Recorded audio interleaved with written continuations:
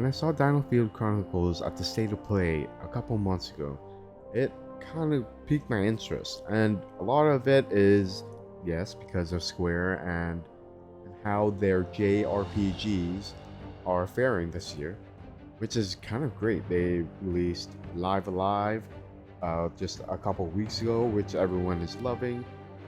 Also, Project Triangle Strategy, which is another strategy game that Sqaure Enix released. And all three of these Sqaure Enix games got a demo, which really caught the attention of more players. And even though I don't like some aspects of this game, I think this has a package of a really great JRPG.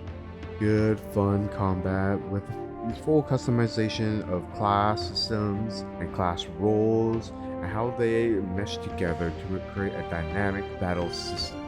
And so far, it seems like they have a really good dynamic going with the characters. With all that being said, let's get deeper into why I am so excited for Diofield Chronicles.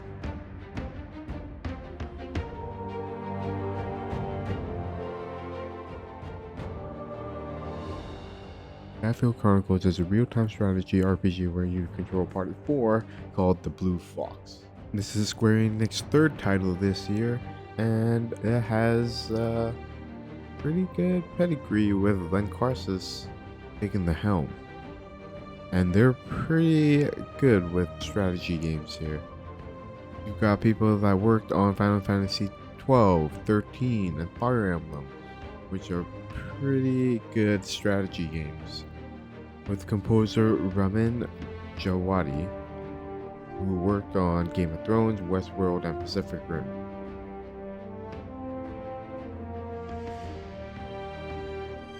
One of the big hooks in this game is the characters and the main story, and how those characters grow with all the situations happening. And a lot of JRPGs does this really well, and I'm really excited to see where Diofield takes their characters and this world and how they will mesh together in an interesting way. Because a lot of JRPGs now are pretty predictable, but they're still epic in their own way.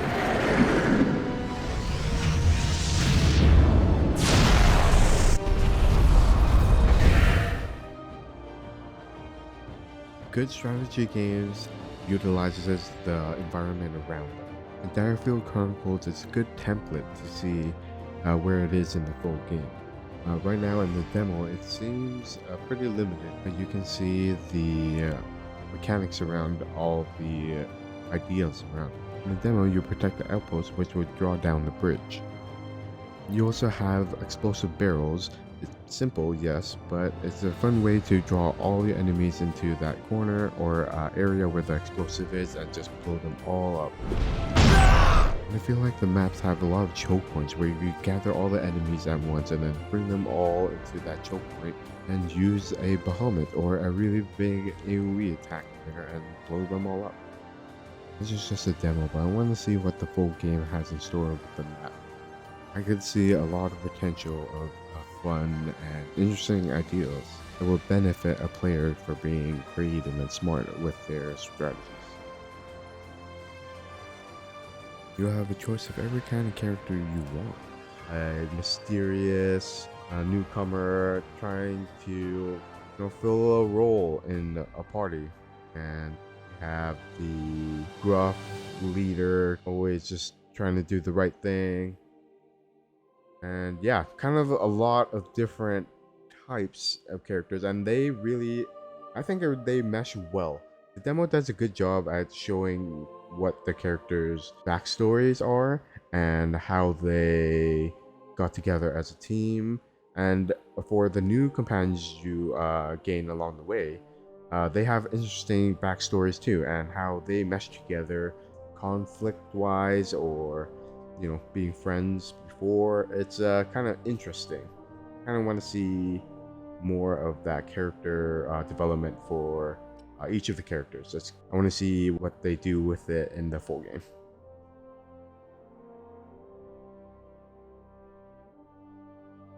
The character models don't look too bad, and most of the environmental art is really good, but I can't get over how the animation kind of feels off. And it could be the reason I think that this is made from the ground up as a mobile game. That's not a bad thing because there are a lot of great mobile games out today. And I really don't think there are bad ones for sure, but there are also great experiences like Genshin Impact, PUBG, Fortnite, and there's a lot more examples of that.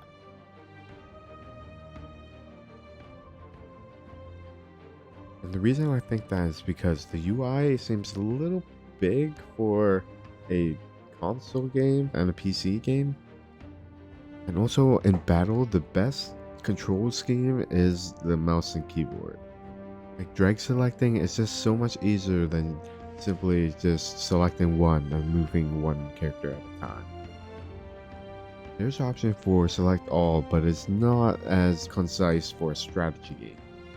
I want each of those characters to move a specific way and use an ability in their position.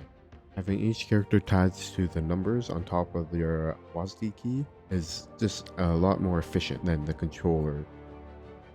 And carefully selecting an AoE attack is so much easier with the mouse. Having the ability set up on the mouse already and moving it to where you want with click is just so much more efficient in battle. The controller just doesn't give that precise control you want for each character. I think the PC version is the way to play this game. And I haven't tried the Switch, but yeah, the controller doesn't seem like the best way to play, but the PC version seems like the optimal way with the precision of the mouse. Overall, even if it does look like a mobile game or something that is made with touchscreen, I still love the game and have quickly become one of my anticipated games of the year. Say you. Will you join us? I will. Yes. Square Enix has been really going hard this year with Live Alive and Project Triangle Strategy. I even had doubts of what they were going to do this year because they sold most of their North American studios and their IPs, which is a shame because most of those games I really love, and that with the right developers and the time they needed, I think they could have had something special with Deus Ex, Avengers, you know how that went. But they've been really going hard with their Japan studios, and a lot of them are pretty good. With Triangle Strategy earlier this year and Live Alive like last month, they've been at a pretty good pace lately. And just like the other Square games that I just mentioned, they all have demos. Tell me if you played the demo or what your experience was. Was it good? Was it bad? And will you buy it at launch? What platform? All that good stuff. But for sure, I am really excited for Diofield Chronicles and where the story goes with the characters and how the combat progresses with the map. And I'm just overall excited.